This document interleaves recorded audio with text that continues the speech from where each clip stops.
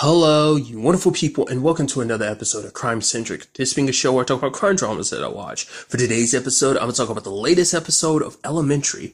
A very interesting case this week. I always like it when it's kind of like, because I thought it was like, when it was starting, I was like, so it's one of those episodes where it's like, we already got through the case, and now this episode is going to be about a different case. Not entirely. It was actually about the same case. Like, it's just that the episode starts with them already partway through this case about this lady named Victoria who was killed. Like, her house was burned down and everything like that, with her inside and everything. The real interesting twist to this episode is the fact is that Sherlock doesn't remember a good chunk of time, in particular 6 hours, and in that 6 hours, at some point in time, he acquired a severed head, but he doesn't know where he got it from, and now he's kind of freaking out a little bit, because things have been bad. Yes, he's has a lapse in memories, but so far, this is the worst it's ever been. Once again, that's kind of the sad thing, because his mind is his weapon, and it's just kind of like, wow, it's so unreliable. And she puts him in a situation where he finally has to tell Gregson about the truth, because he knows, like, no, I can't just, especially because it turns into such a thing. It's like, yeah, I doubt I killed the guy, is kind of what Joan is saying, but the fact of the matter is I still got the head, and I just don't know what the whole situation's about. Which obviously Gregson's concerned and everything. It's like, oh yeah, but how long have you been dealing with this? Like, yeah, I've been dealing with it for a month. It's like, it's been a month and you haven't told me? It's like, that's the most idiotic, asinine thing you could ever do, because you know. And he's like, oh, don't try to give me that bull like you care about my feelings. Well, yes, that's a contributing factor, but you could at the same time be like, yeah, Gregson kind of 100% know this. Like, I know that you know that if you had told me, I'd take you off the cases, and you're damn right I would. Which, to be fair, I mean, Sherlock never really got a chance to explain himself, but it also sort of fact is, because if he is taken off the cases give him what the structure he needs to kind of help keep sober, you know, which obviously is just a combination of, like, well, his program as well as his team. But, you know, his big concern was that if he didn't have the cases, that he wasn't constantly using his mind to kind of distract himself to do cases and stuff like that. He kind of slipped back into his old habits of using drugs. It's actually interesting, because I completely forgot Gregson was like, yeah, this is literally like 6 years ago. I was like, what happened 6 years ago? And he's like, yeah, you didn't even tell me you started working with me. Completely forgot about the whole rehab thing. I was like, wait, what? He didn't mention that? I was like, really? I didn't remember that. Like, was that something like that was part of the show, or was that something like outside of the show that happened? I feel like the fact is they reference that must be something in the show. Well, because, yeah, I'm trying to remember, because he never really introduced Joan as his sober companion back then, did he? I mean, the fact of the matter is Gregson and Sherlock have always had a complicated relationship, just because Sherlock kind of has a tendency to do things. And even Gregson kind of puts his foot down. He's like, you know what? I've always treated you like you were different. Like, you're not better than any of my cops, but sometimes I'm kind of giving you special treatment like you were. He's like, so I kind of have fault in that. He's like, no more. You have a problem, you're going to be treated like every other cop from now on, which is kind of sad, just because it's like, because it's a combination of the fact is that Gregson is a friend and his boss. So I mean, to be fair, it's like Gregson is 100% justified in doing what he did, because it's like, hey, the fact of the matter is I've got other people to look out for, because him doing this could jeopardize everything. Because it's like, what if you did something you had no idea? Like, you know, it's like, you could have, you know, I mean, there's just so many different possibilities of what could have went down, you know, like, and the fact is I wasn't aware of this situation. At the very least, if he had told Gregson from the beginning, yes, there's a possibility. It's like, oh yeah, you would have, like, been taken off some cases and stuff, but at the very least, it would have been a situation of Gregson probably would have just, like, he would have probably still kept you part of the team, but he probably would have still done what he did, but you probably wouldn't have pissed him off, so that's that. I mean, when it's all said and done, Gregson, like, was like, hey, you're going to visit, like, the NYPD doctor, like, he'll be the one that gets the final decision on whether or not you're ready for duty or not. Like, is it going to treat him like any other cop? No special treatment. And what he says go. If he says you're not ready, you're not ready, you know? So now also balancing that between that and his, you know, usual doctor visits. But when it's all said and done at the end, Gregson, you know, got the okay from the doctor. But like I said, for going forward, he's not going to give Sherlock any special treatment about this. It's kind of like you miss an appointment. If you find out in any shape or form that you're not being honest to the doctors or whatever, not telling them everything, he's like, I'm going to bench you. He's like, if I could, I'd bench you right now until you were completely healed, probably even permanently, just because and the sad thing is you even see in the episode, Sherlock is rushing to get better because this incident freaked him out. It jeopardized everything that he's created for himself, this whole consultant situation, and it could jeopardize his livelihood, which could jeopardize everything, his recovery, as well as him staying sober and everything. So obviously, it scares him to the point that he's trying so hard to work out, to the point that even Joan is like, dude, calm the hell down. You don't need to push yourself this hard, because she's like, I know you want to heal fast, but you doing this isn't going to help you get better in like a day, so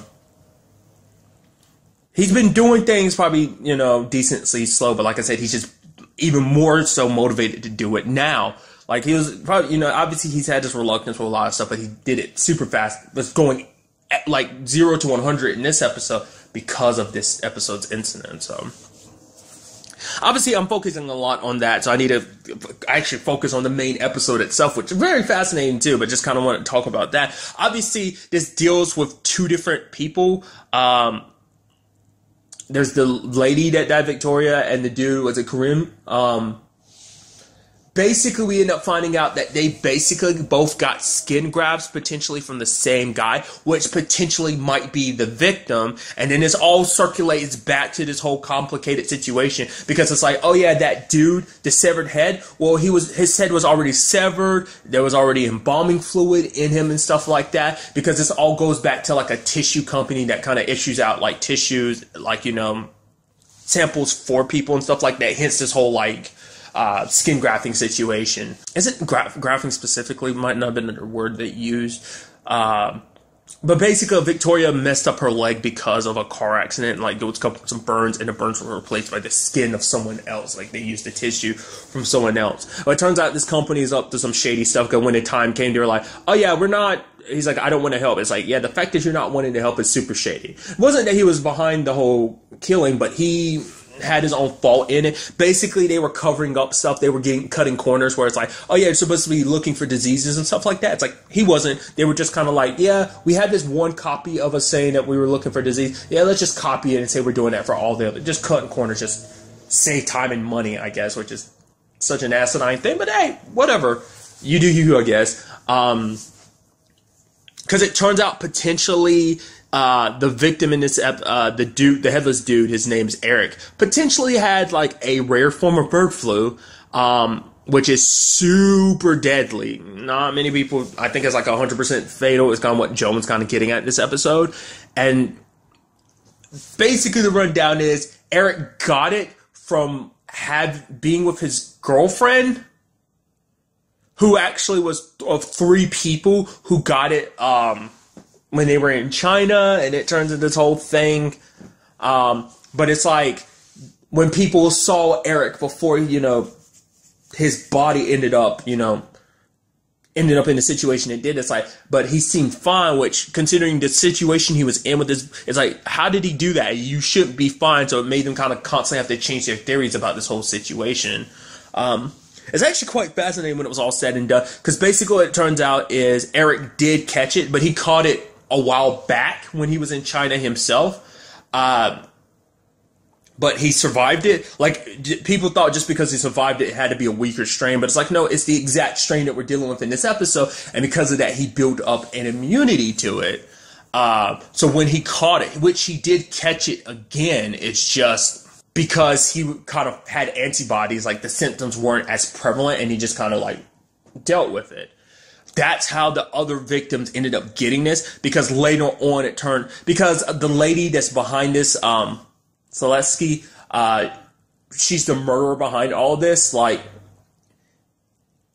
she wanted Eric's antibodies because it's like, oh, she could use that as a vaccine, and it wouldn't just be about like a cure for just this bird flu situation. It could be a cure for much more, a vaccine for so much more, kind of a built-up immunity. Like, she could make millions off of his antibodies. Obviously, Eric, for whatever reason, wasn't down for sailing, so she kills him, And because she didn't want to let the information out because of the tissue samples of all these other people, like trying to cover her tracks, she ended up killing everyone else too that was involved because she couldn't let it be known that the reason this all happened is because she ended up letting a lot of that slide under the radar because it would have revealed Eric's position in this whole situation and him having the vaccine, and would have just destroyed her potential future with everything that she was trying to do. So terrible person in her own way. Not like the business dude was much better, because he got the word that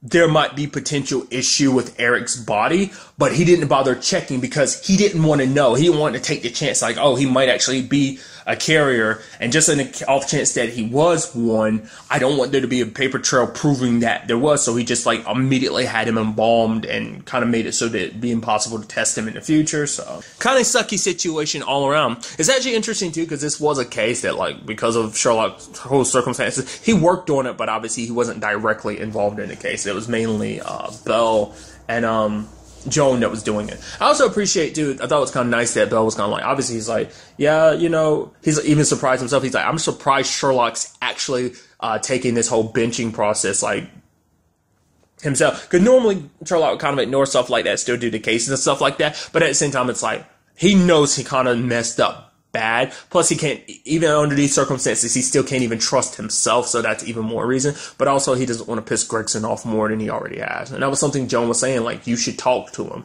It's like, yeah, but my situation was very private. It's like, yes, it's very private, but don't talk to Gregson as a boss. Talk to him as a friend, because that bothers him because you didn't tell him. I mean, on both levels, you didn't tell him, but I'm sure it hit him very hard as a friend, too, because it's like, you should have come to me about this whole situation. I would have helped you out if I could. And even Bell's kind of like, whatever they can do to help him in the future, you know, he's always there to help, you know.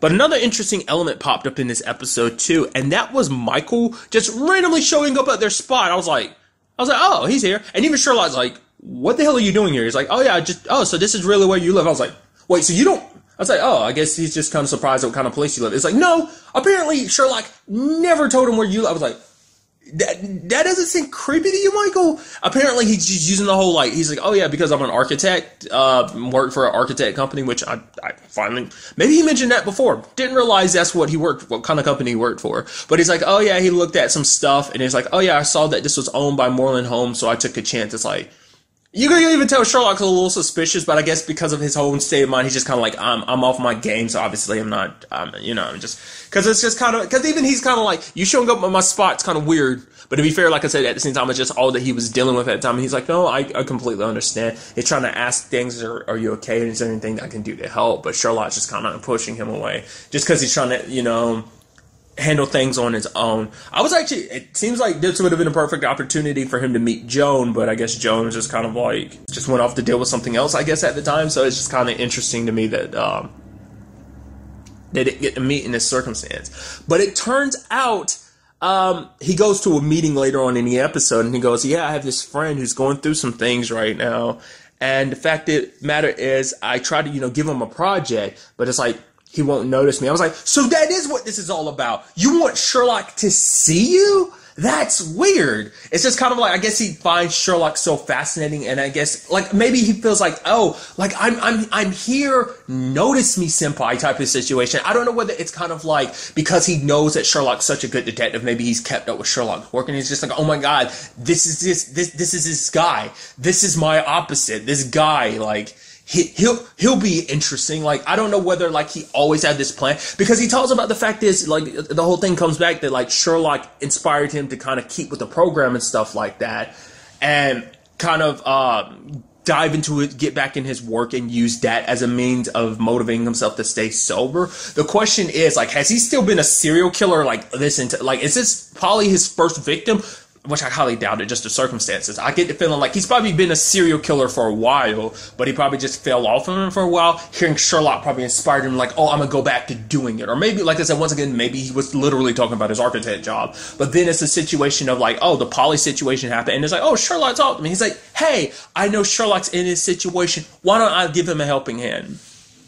It's like, now understanding what Sherlock's going through, he's like, oh, we're kindred spirits in a way. That could kind of be the avenue where it's kind of like taking the story in Michael's regard, where it's just kind of like, oh yeah, you're on one side of the situation, you're on the law side of things, you're a detective, I'm a serial killer, like, oh my god, we're a match made in heaven. Like a Batman and Joker situation, potentially, I guess would be kind of another way of putting it. But it's just kind of like weird, and he's just kind of like, he's not noticing my signals, he's not paying me attention, but it's like, I guess I'm just gonna have to get louder, which is like, okay. What the hell does that mean? I guess that means he's going to either start leaving body parts of Polly's to get his attention, or the fact of the matter is he's going to start murdering more people, or what? Like, is it because on some sick, twisted way you want him to catch you, or do you think he won't catch you? Like, what is it exactly Michael wants out of this situation? I'm so fascinated to find that out. That was just kind of such an interesting development with it, with him just outright being like, yeah, I want your attention, but you're not noticing me. Maybe it's because he's trying to be his friend at the same time. Like, a cat mouse thing, but we're also friends too. It's like, I want to help you out because I know this will help make you better. I'll use my thing to help you with your thing, type of thing. I don't know why that sounds funny to me with the way I've heard that. But nevertheless, that's where my mindset's about that. So we'll ultimately have to wait and see like what this whole Michael situation turns into. Also had the continuation of Sherlock's situation, obviously like him and Gregson, obviously his workflow going forward, because he's on the like provisional watch and see whether it's like, oh, things will get better things will get worse before they get better, and obviously we see that. So the question is, in what potential ways could it get worse? Like, will there be more incidents like this? Slightly better, much worse? We would just kind of have to wait and see. I'm super excited to see what goes down in the next episode. But really, that's all I want to talk about in this episode. Till the next time we meet, be happy, be safe, live life to the fullest, and enjoy it. Good day and goodbye.